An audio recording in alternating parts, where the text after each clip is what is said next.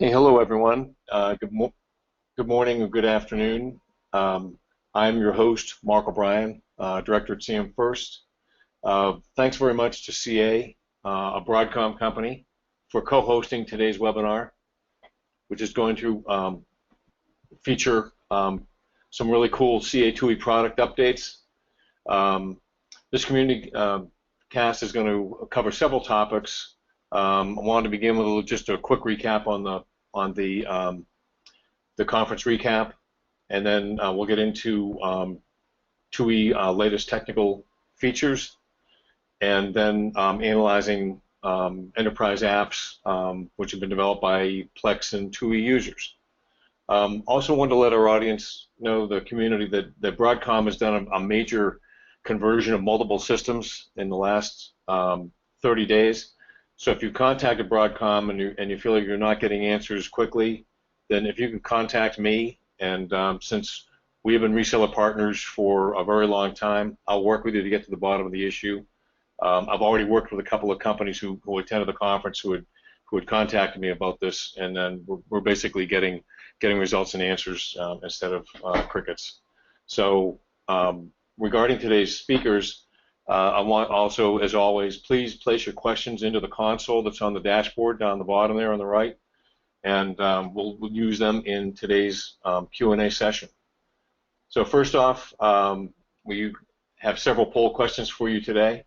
First one for the community is looking at the 10th conference.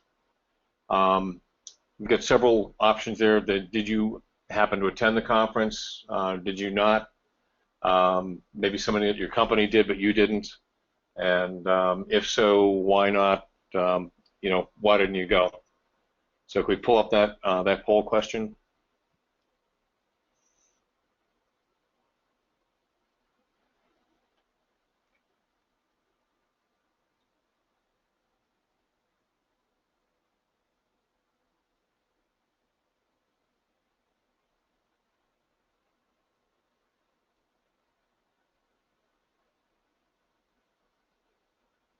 So yes, I was there. No, there wasn't any budget, or my schedule didn't permit, other priorities, or another reason. Give you a few more seconds to fill that out.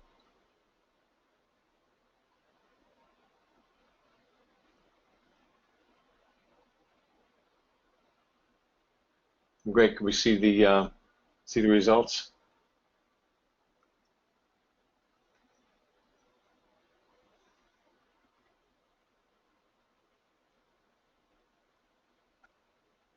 So 1/3 of you were there, and then follow close behind that just the schedule didn't permit, or the other priorities, and then other reasons for not attending, and for a few there wasn't sufficient budget. So thank you very much for sharing that.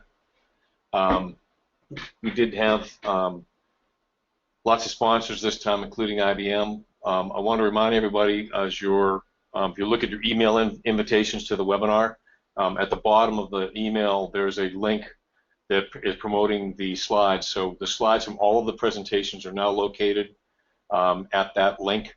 So I invite the entire community, whether you attended the conference or not, to please review the slides when it's convenient. And then second, I have another poll question of talking about, I know it's early, but let's talk about the 11th conference, which will be set up for the autumn of 2020. And that's my picture, but that won't get you to the poll question.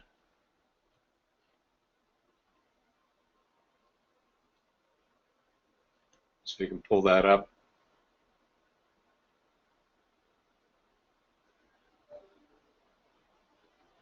Give you a quick question about that, and we'll get right into the technical presentation this morning.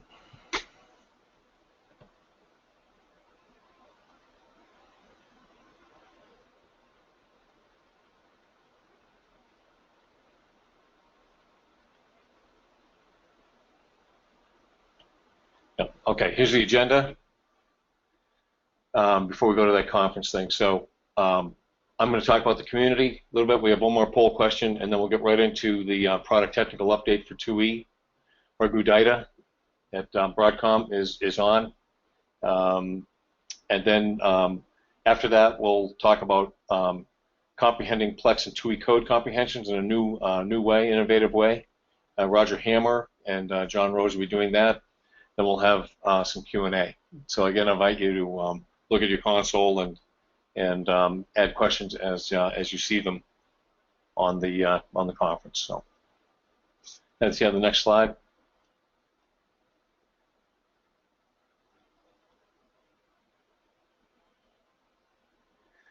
So as I've mentioned earlier, the event was quite a success. Record number of sponsors, attendees were higher than they were a couple of years ago. IBM actually was a sponsor for the first time. And as I mentioned, you can get a link to all of the presentations from all the people on that link at the bottom of the emails to the webinar that have gone out to you.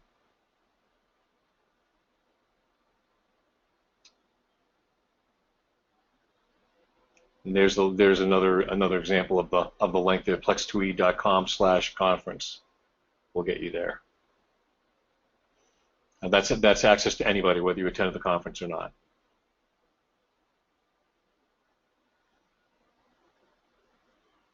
Okay, so she said it would be the autumn of 2020. And so we just have a quick question, more geographic basis. We've gone around this before. It's really hard to not have the conference in North America, just due to it doesn't make sense to have it in another geographic area. We've done some smaller ones, some mini conferences in Europe and in other areas. So our next poll question is going to be, where should it be held? So Northeast, Southeast, Midwest, West, or we've talked about this before, the concept of having a virtual conference. So I'll give you the next 40 seconds or so to indicate your preference on that. Panelists and organizers do not vote.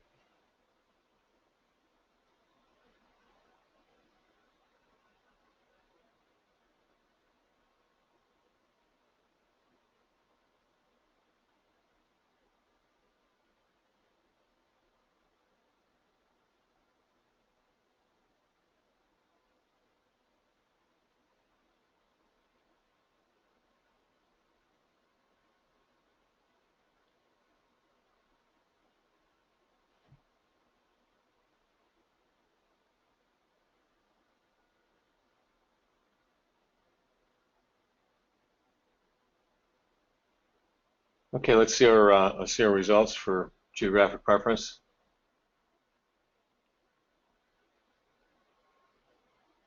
Well, again, the Southeast has nudged out. Actually, the West and the idea of a virtual conference are second at 22%. The Southeast is preferred by lots of people, and then followed by the Midwest, where we've got lots of customers located. And last but not least, Northeast, and at only 9%. I'd like now to introduce you to Raghu Daita. He is a senior product person for CA2E, and sadly was unable to attend and speak at the recent conference. However, today we're making up for it. You'll hear him live, and he's going to present an informative technical talk about the latest with 2E and upcoming features that should be of considerable interest to this audience. Thank you. Raghu, please take it away. Sure. Thank you, Mark. Can you make me the presenter? Yeah.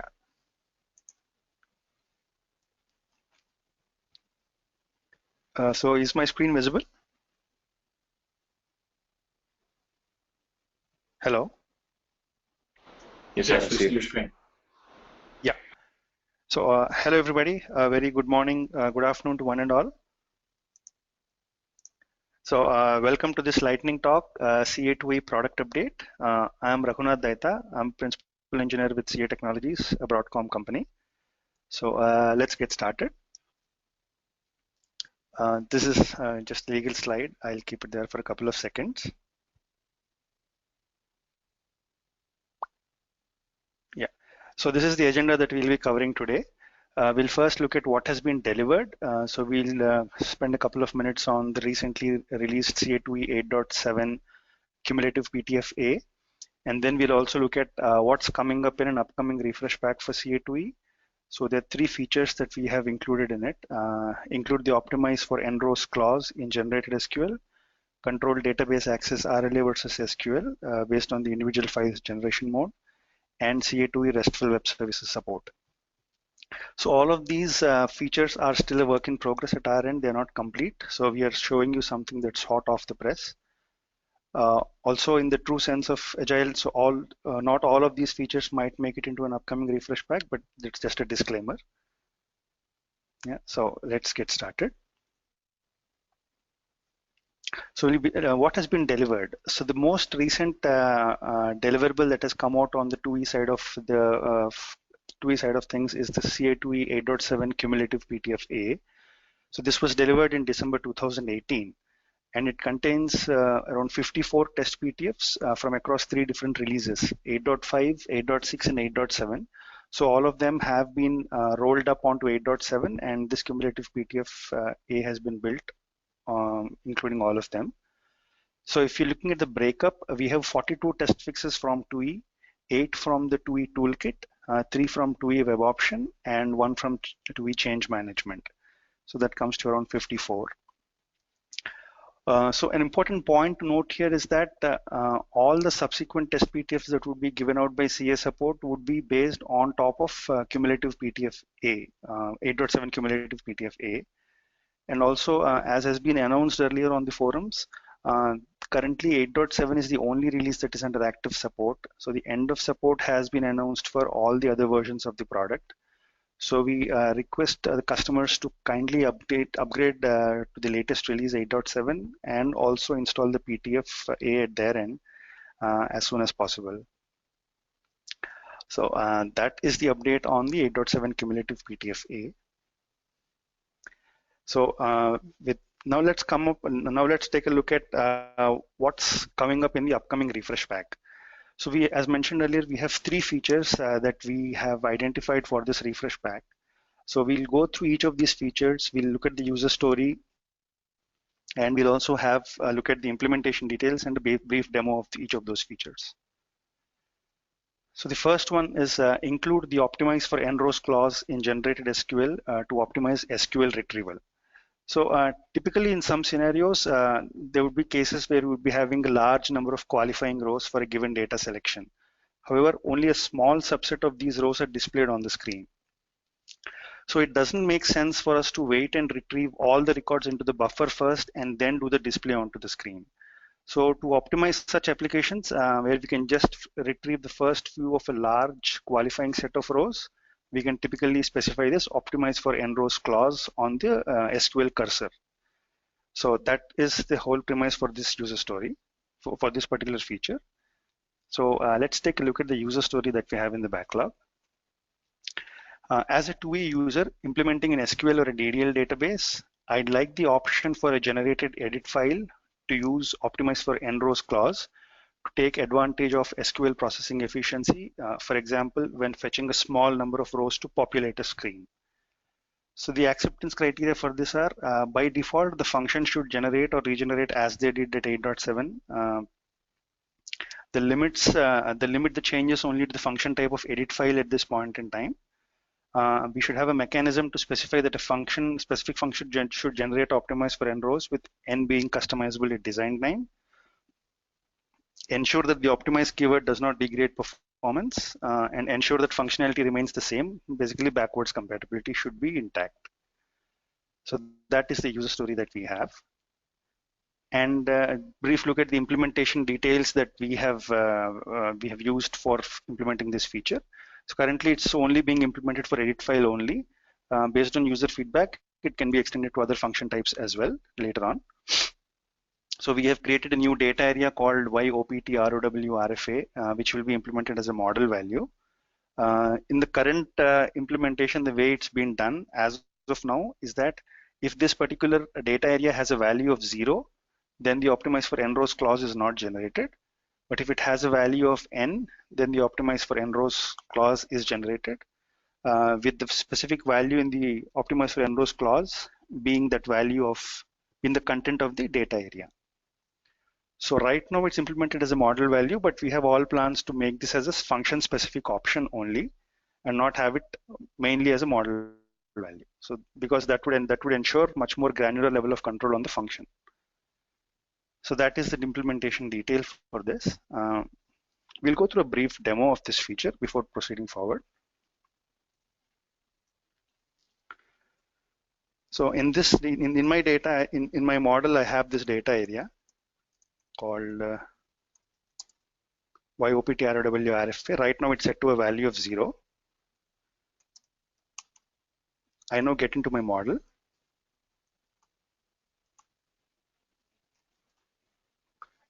And I generate my function, an edit file function.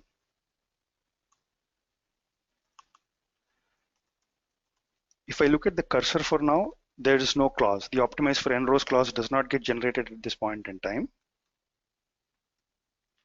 So what I'm going to do is I'm going to set that data area to have a specific value. Let's say a value of 20.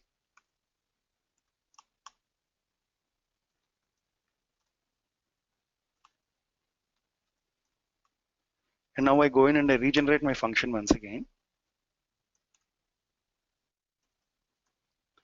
When I do this, I can now see that the optimize for 20 rows has been generated.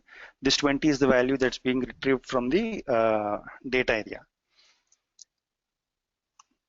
So if I now go in and generate my function, compile my function gets generated absolutely fine.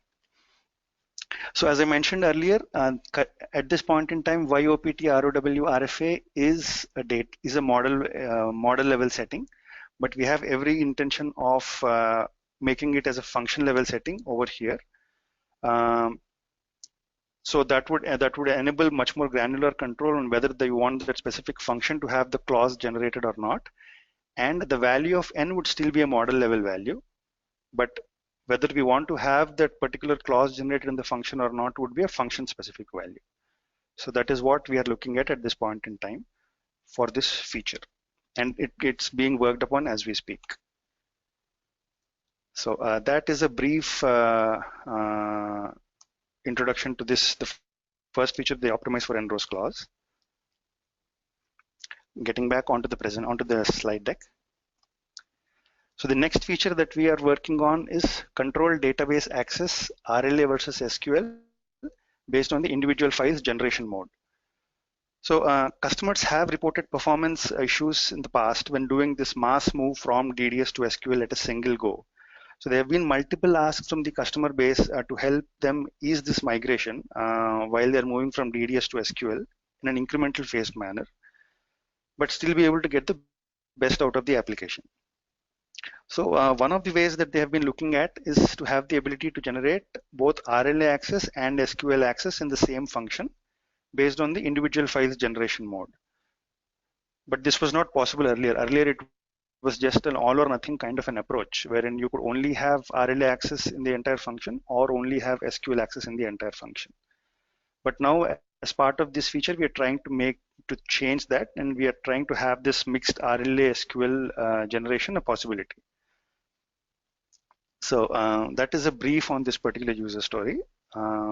Let's take a look at, on this particular feature, let's take a look at the user story. So as a 2E programmer, I want to control the SQL DDL database access based on the individual files generation mode so that within a single external function, I can mix and match the RLA and the SQL access depending on which is most appropriate for that file, example for performance reasons. So the acceptance criteria limit the changes to execute external function and edit file. Ensure that this feature works across DDS, SQL, and also DDL.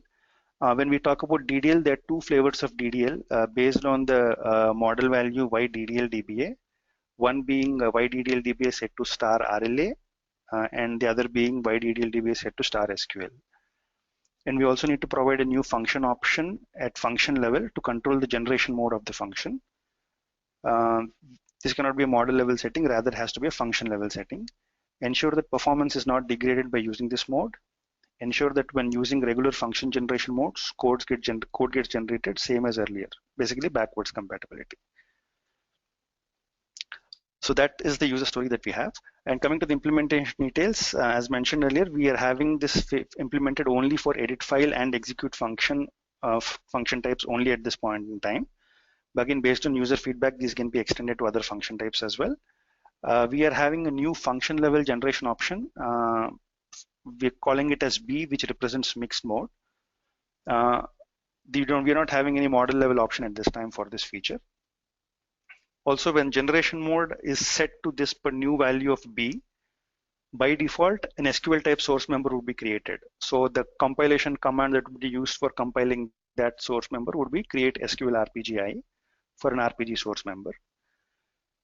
Based on the referenced file generation mode, corresponding file access is generated accordingly. So if we have a DDS type file or a DDL type file where the DDL DBA is set to star RLA, then an RLA type access would be generated for functions referencing those particular files.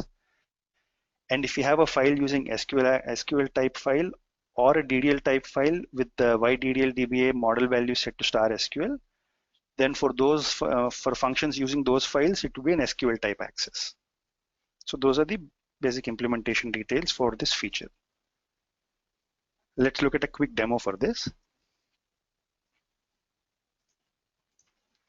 So in my model, I have a set of files that you can see here. So I have this mixed gen this customer related file. So this file is based on it's an SQL type access. So I have defined it as an SQL type access, SQL index to be precise. But whereas my order header is a DDS type file that I have defined. It's DDS. So within my within this particular order header file, I go into the edit file, and if you look at the function options, I have this new generation mode called B mixed. So when I take this option B and I go ahead and generate my function,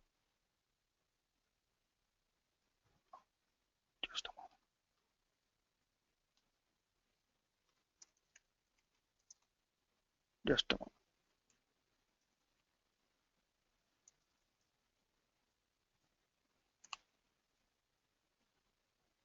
Oh.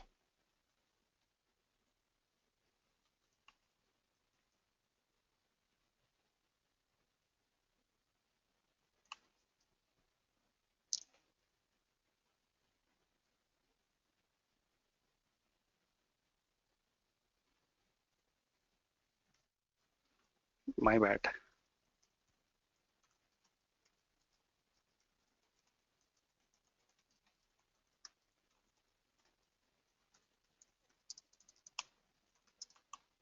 My bad, sorry for that.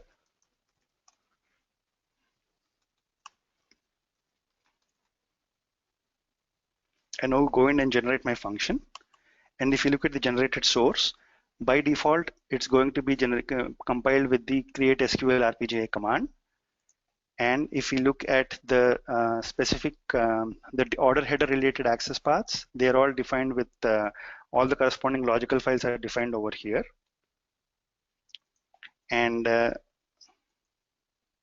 given that the customer file is actually based on SQL, when we take a prompt and select a specific customer ID, the value that comes back from the customer file is that is going to be checked against the customer file, whether that value is a valid value or not. So as you can see here, for that specific purpose, the SQL is being generated over here.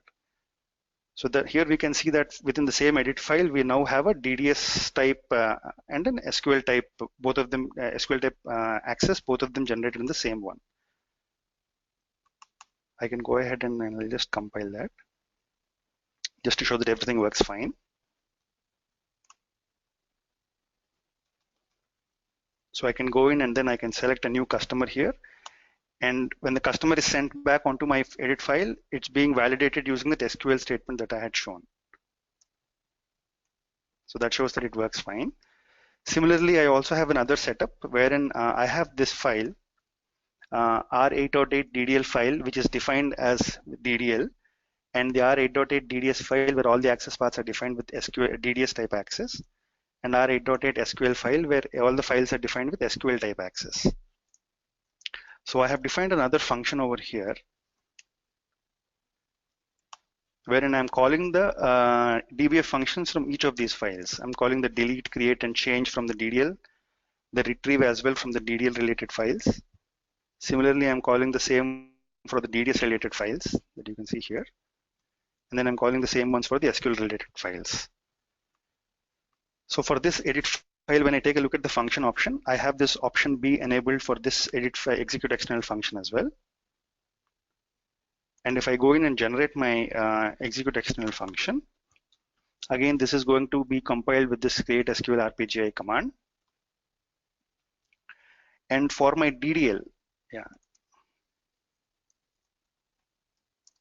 my YDDL DBA value is set to RLA. So any DDL related functions that are going to be generated would be generated with RLA access. And hence, for this particular DDL file, my logical file is getting declared over in the F specifications. Similarly for my DDS as well.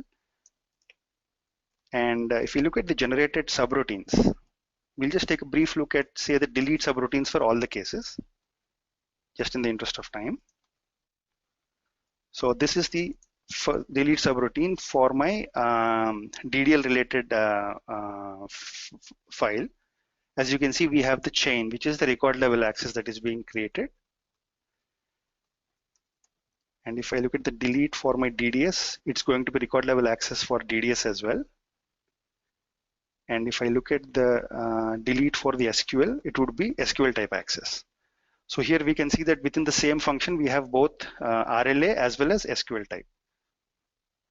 So the same thing would work if I set my YDDL DBA value to star SQL, and if I regenerate. So in that case, for DDL, it would be SQL type access. For DDS, it would be RLA, and for SQL, again, it would be SQL type access. So that is a brief about this particular feature. So there's a much more detailed demo that we had given at the in a recording that was presented at the 10th conference. So for greater details, we would request customers to take a look at that, because that goes into greater detail about what's being done and how that feature is being demoed there. So we'll now go on to the third feature, which is 2E RESTful Web Services support. So 2E typically has been providing web services support since 8.5, but it's basically only SOAP-based web services. But in the keeping in the modern in today's day and age, like REST services have become a function necessity. So proof of concept around this was demoed originally at the 9th conference in 2017.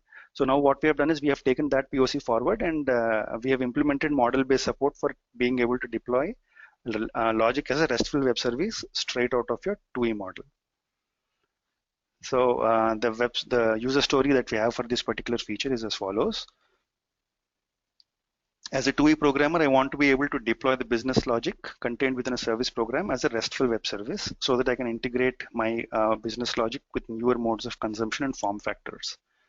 So we are looking at two modes of RESTful web service deployment: a default mode, where the resource method information is picked up from model values, and a configurable mode where resource method information is configurable. So default mode was something that we had demoed at the previous conference, and configurable mode is something additional that we have worked on as for this particular feature now. So as a first cut, we are looking at RPG4 bound modules and service programs to be deployed as a RESTful web service. We are limiting the input source to path param only for now. And we're also making meaningful names as default for the RESTful web services. And also we are ensuring that our SOAP web services still work as earlier. So basically ensuring backwards compatibility. So these are a set of new model values that we have introduced as part of this feature. So some important ones I'll point you to, which is YMNG name, which is related to whether we want meaningful names on the web service or not. RESTdir, which says what is the default location for storing the REST properties file, RESTinp, which talks about what is the input for the REST method, RESTout, which is the content type for the REST method output. So these are some important values which we'll be looking at down the line. So we do have a number of slides here on the presentation which talk about each and every item of the implementation detail. But in the interest of time, what we'll be doing is we'll be walking you through a demo and also be talking about the implementation details in parallel. So this is a model, and if you take a look at this particular screen, the edit function details for a web service type function. So these two new fields have been added over here, the web service type and the meaningful names field. So for the web service type, we have the model value is the YSRV TYP model value that we had introduced earlier. It's over here, the YSRV type. And star SOAP is for backwards compatibility. Star REST default and REST configure.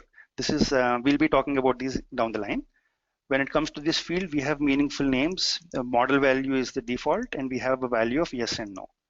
So these two fields have been added on this screen. And in addition, we also have this new field called F9 is view procedure exports. So when I take F9, what happens is the processing is going to extract all the procedures that are being exposed from this particular service program, and it's going to list them out here.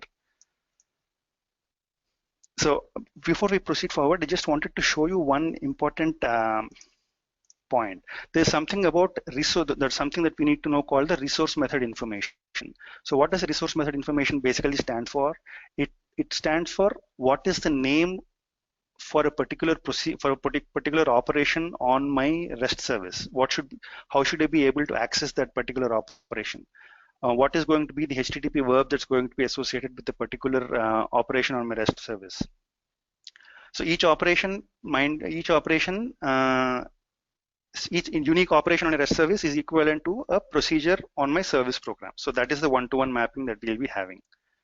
So the other details, typical details for a resource method information would be what would be the allowed media types. Is it going to be XML, or is it going to be JSON, or is it going to be both? What is going to be the output media type? So these are all typically the various parameters that we would be having on my resource method information. So this concept of REST default and REST configure that we have deals directly with this resource method information. When we talk about REST default,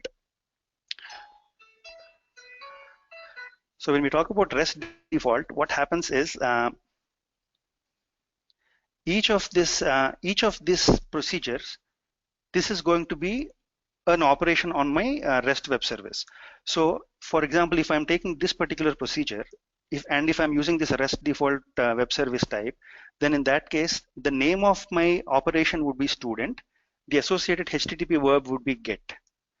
So if I take this example, the name of my operation would be student on the REST service, and the corresponding HTTP verb would be post. So on this particular screen, the first three values would be taken up coming from the name of the corresponding procedure. So if you take a look at this particular name,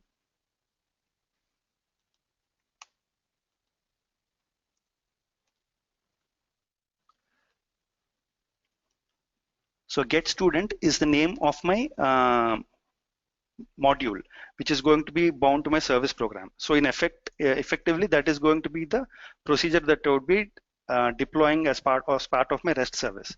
So when it gets deployed, student would be the name of the URI template, and get would be the HTTP verb for that particular operation. And all the remaining values, like whatever are the allowed input media types and the output media types, all of these values should be picked up from the model values by default. But when it comes to the REST configure, in this case, when it comes to REST configure, we'll have an additional screen that we could access from this particular place, wherein I just take X on that particular operation. And here I can actually mention what is going to be my URI path template and what are all the various values. So as you can see here, most of them have model values as a default, but you also have the ability to configure it to whatever is the other valid value that we want. So in the interest of time, I'm just going to deploy a web service. We have a problem with our current IBMI machine wherein the necessary PTFs are not deployed for dealing with RESTful web services. But what I'll be doing is I'll be creating the corresponding install web service script, and I'll be walking you through that briefly. Once the PTFs are available, if you just run this install script as part of this ycrtws command, the installation should go through fine. But right now that's not possible. Hence, I'll not install this web service to a server, but I'll just go ahead and create a web service instance. So on this ycrtws, we also have we have also made modifications to the interface, wherein we have these two new values, wherein the web service type is brought in from the previous screen and the meaningful names is also brought in from the previous screen. So just let me go in and do this.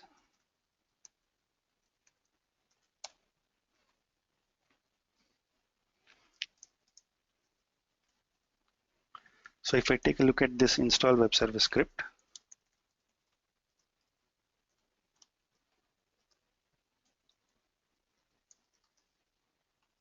this is going to be the script. So as you can see, here we are using a new PCML information. So the very fact that I have put meaningful names as yes.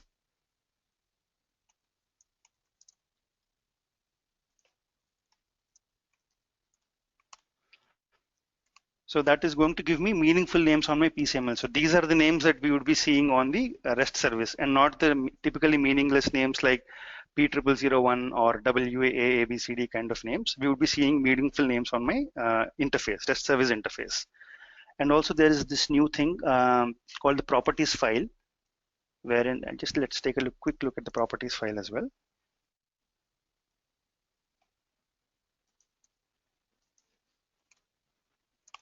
So what this is going to have is it's going to create the REST interface definition for each of the modules. So these are all values that I have given on this particular screen. I'll take it back to the screen. So these are all the values that I have mentioned on the screen, and those are picked up, and this properties file has been created. So these are all values that we mention on this particular screen. In the case of REST config, in the case of REST default, all of these values come up by default, and the name of that particular operation comes from the name of the corresponding module name. So that properties file is given as an input to the install web service script, and later on when we go ahead with the ycrtws command processing and try to install it to the server, the REST web service would get configured successfully. And one last point I would like to bring forward to your notice is that if over here we see that the service type that's trying to be deployed is *REST. So the REST configure and the REST default that we have here are only from a 2E perspective. Both of them would translate subsequently into REST at the time of final deployment. So these are only from a 2E perspective to help the developer on his REST deployment journey. That's all.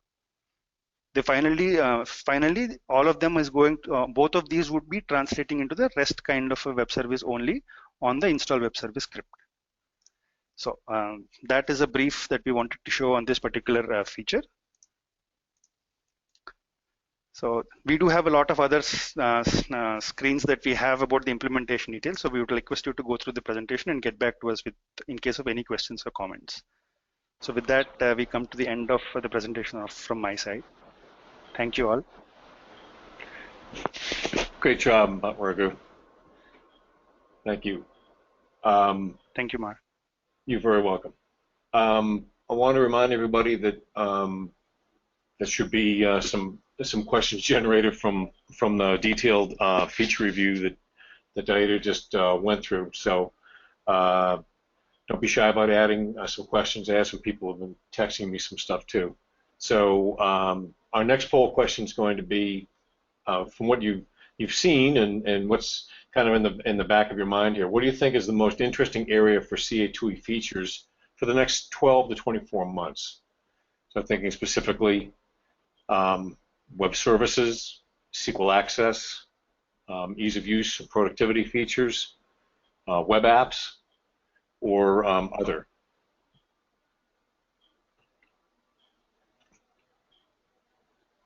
So I invite our people. I also want to thank we have many European people on the call, which is great. Sometimes we think that the Europeans are on vacation from the middle of June until the beginning of September, but obviously that's not the case. Not the case today. So thank you for your attention as well.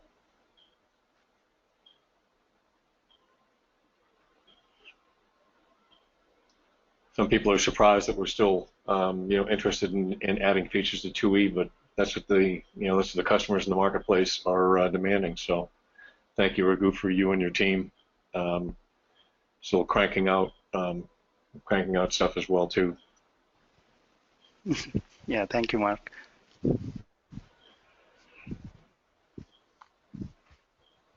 Okay, got a couple more seconds here for attendees.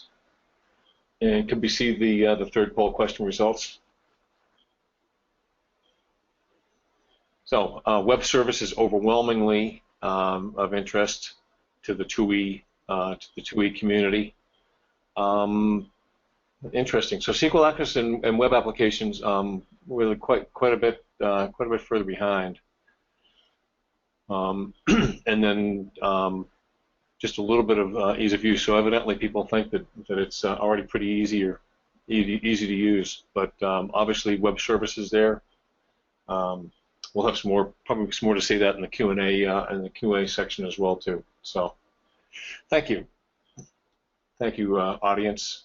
So our next presentation is going to be Roger Hammer, who's Director of Products and Services, as well as John Rhodes, CTO, both at CM First. We're going to present a new capability for analyzing your enterprise applications, which have been developed by Plex and 2E or 2E users.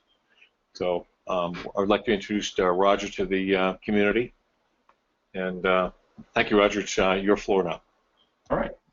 Thank you, Mark.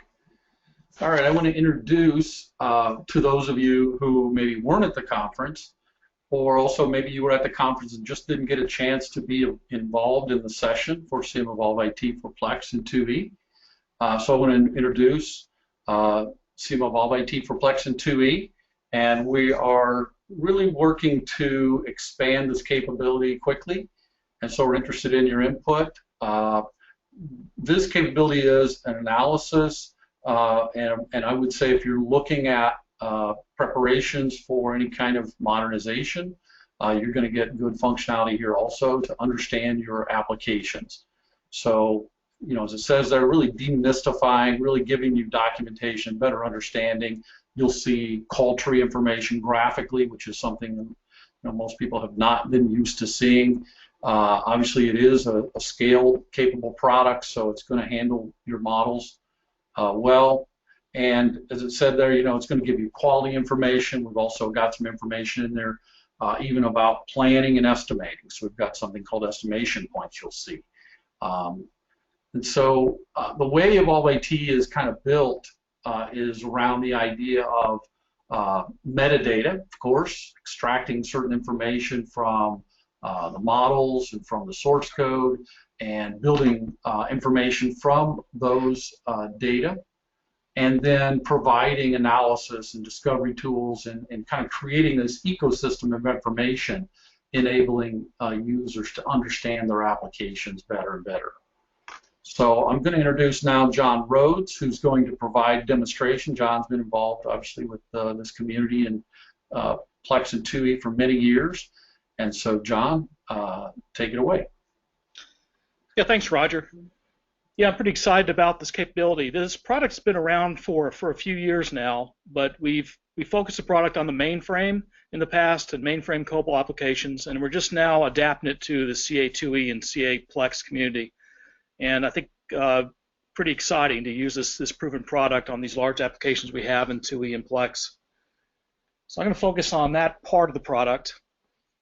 If you have COBOL that's outside of 2E or RPG, we can also work with that, but I'm not going to talk about that today. So what we're finding is many customers, probably all customers, are interested in doing something with their 2E and Plex applications, and that could be a variety of things, you know. So we're providing Evolve It as a way to analyze your enterprise applications, and then you can use that information to perhaps wrap the application with APIs, like we saw from Ragu. You know, one way to do that. Maybe you're putting RPA, robotic process automation, in place, or maybe you're doing business process automation, or whatever it may be. This is a good starting point for that. Also, doing a model-to-model translation from 2E to Plex, maybe moving your 2E to Java. Maybe you're implementing a package. Maybe the package is taking over part of the application and you need to be able to get in and analyze the business rules for that part of it. And also for DevOps. If there's people putting DevOps procedures in place, it becomes more and more important to understand what's in your code. So those are some of the use cases we've seen for products like CM Evolve IT. Okay, let me talk a little bit about specifically Plex and 2E, because there are some challenges there that are unique really to these platforms, as I'm sure everyone on the call understands pretty well. And what it comes down to, can you answer questions like this? You know, how many functions and database schemas are used in your models? You may have a lot in your models that are not being used, or you just may not be able to count them up effectively. This is really important here. How are your functions connected to your data? Can you identify which ones are updating data versus reading and then deleting? Can you get into very complex function groups and demystify those? Do you know what the call graph looks like? Can you provide statistical information on what types of functions you have? And can you estimate major projects to go in and maybe change business rules in a major way? Maybe there's a regulation that's come in, or maybe you need to put a new RPA front end, and can you estimate that type of project? A lot of times the answer is no, it's not possible. But some of you might say, well, you know, I do have some tools available, and it's true. There are some tools in Plex and 2E that you have. Like in Plex, you have the dependency browser. You can look at triple usage. You can do a gen and build call graph. Okay, and then in 2E, you're probably aware you can do U and option 95 and 96 and get usage information. And so there are those built-in features of Plex and 2E. Okay. However, if you have large models, especially, you probably realize there are some serious limitations there. One thing is it's going to take you forever to load up the dependency information. I've seen large Plex models where it takes hours. I've seen large 2E models where it also takes hours and can take up a large part of your batch subsystem just getting the results. So that's a major limitation. Information is also often limited. Okay, it doesn't show the complete lineage information. The metrics are not there. And the information is very technical, and it's understandable to people that know Plex and 2E well, but not readily transferable to your management or to your business analysts that may not know the products as well as you do. And the facts are models are hard. You know, 2E has built-in templates. Plex has inheritance. And there's a lot of generator secrets that CA has provided that aren't really part of the documentations for the product and are not easily accessible to the analyst. Okay, let's look at our solution here. So how do we analyze it? Well, it's very simple. Okay, it's kind of tongue-in-cheek there, but showing some brain surgery. It's not quite brain surgery, but it is certainly some degrees of difficulty in there. So we do a three-way analysis. Okay, we do deep source parsing and analysis. We're gonna parse the generated source from 2E and from Plex, the RPG, the DDS, the Java, the C++, and get information from there. Then we marry that with information directly from the model itself. Okay, so how the model is constructed, that's where the ultimate source is, of course. That's very important to have the model. And also we look at the application configuration, so things like menus that determine how the user views the application. So all these three things come together into our UI. I'll show you some slides on that. So we bring those analysis together, we show statistics, we give you a browser capability, we show how the components are connected through call graphs, and provide an estimation capability. Okay, this statistics is often useful for management, just to see how your application is constructed, what parts of it are green screens versus DDS, how much of it is Websidian, and how much of it is background batch type processing. Okay, in the browser section, you can quickly find the objects, kind of like you do in the Plex and TUI tools themselves, but in a way that maybe someone who doesn't know Plex and TUI can find objects. You can do searches on descriptions, find the objects, and then start to drill into more information. Okay, so start to do backwards and forwards data lineage and path information from there. And call graph, very important. I find a lot of people draw these out by hand before they start a project in Plex or TUI. Very tedious to do that. Very difficult to find this type of information. To find how a function calls another function could be buried in many layers of inheritance. And finding the database access is also often buried. So with this product, you can see it directly, how the calls are constructed and how the database is accessed. Estimation point was something that many of our customers requested, and that is, if we have a function that's in Plex, how can we re-architect that? How complex is it? We know it's complex, but we don't know how complex it is. So we developed this concept called estimation point, which is very much like a function point, which counts up the lines of statements and conditionals, the set statements, and many of the other metrics that are behind the functions, and lets you apply your own estimation criteria to it and come up with a point count that can be used in estimation of replacing that function. Okay, some more information on what we determine as an estimation point. We do give the ability to export information, so very difficult to export this information from Plex and TUI directly. So we provide either JSON or CSV export of the information you see on the screens. And you can also break up your system into subsystems and see the metrics as a part of each subsystem. Okay, I want to show a real brief demo of this.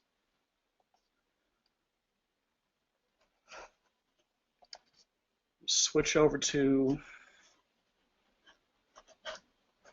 Chrome real quick.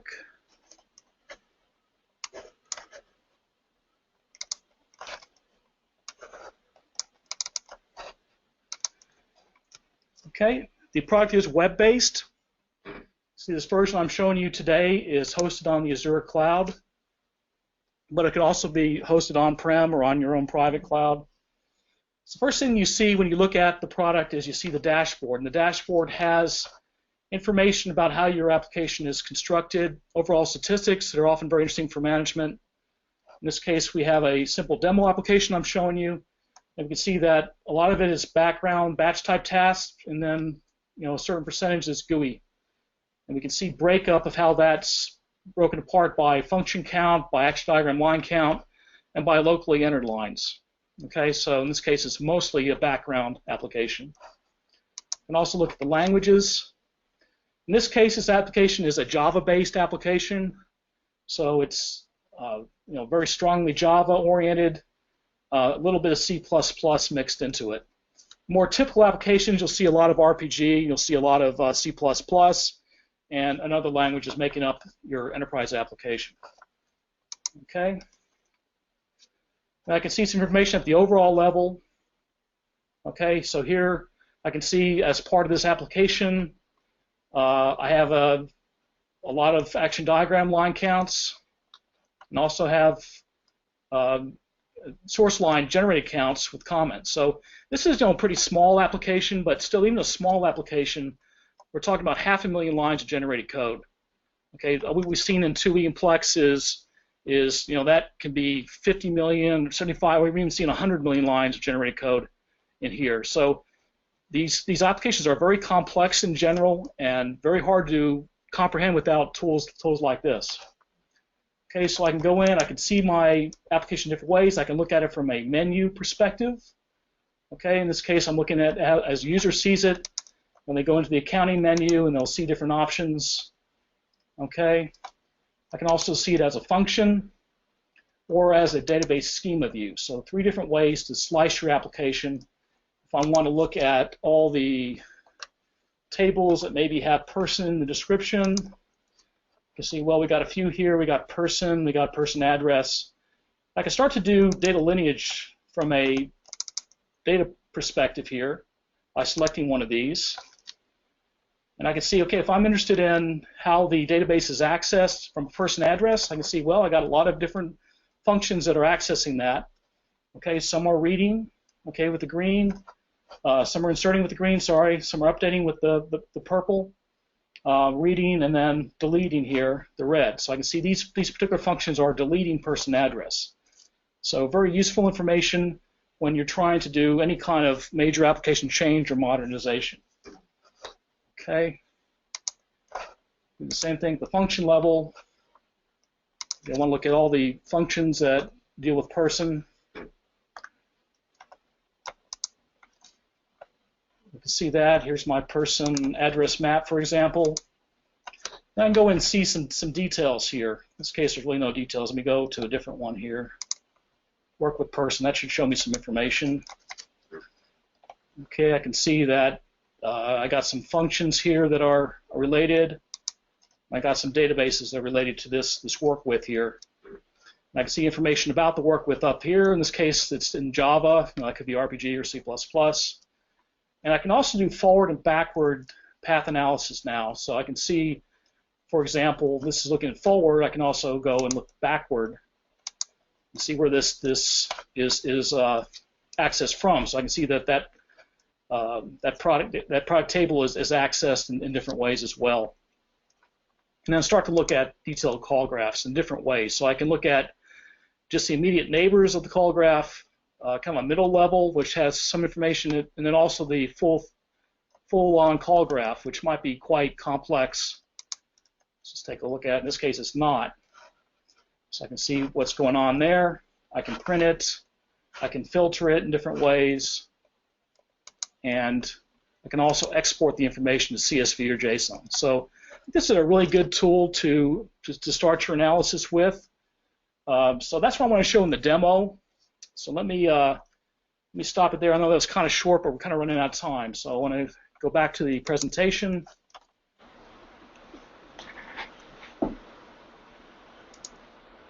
Okay. And I just want to mention that we are making this product available to you at no charge to the community. And what we do there is you can give us your Plex or TUI model, and we'll do an analysis of one entry point, so one main screen like a work with, or the same equivalent on the CA Plex side. And we'll do the analysis of the source and the model. We'll put the results out on our Azure cloud and then give you access to it so you can see how the tool works.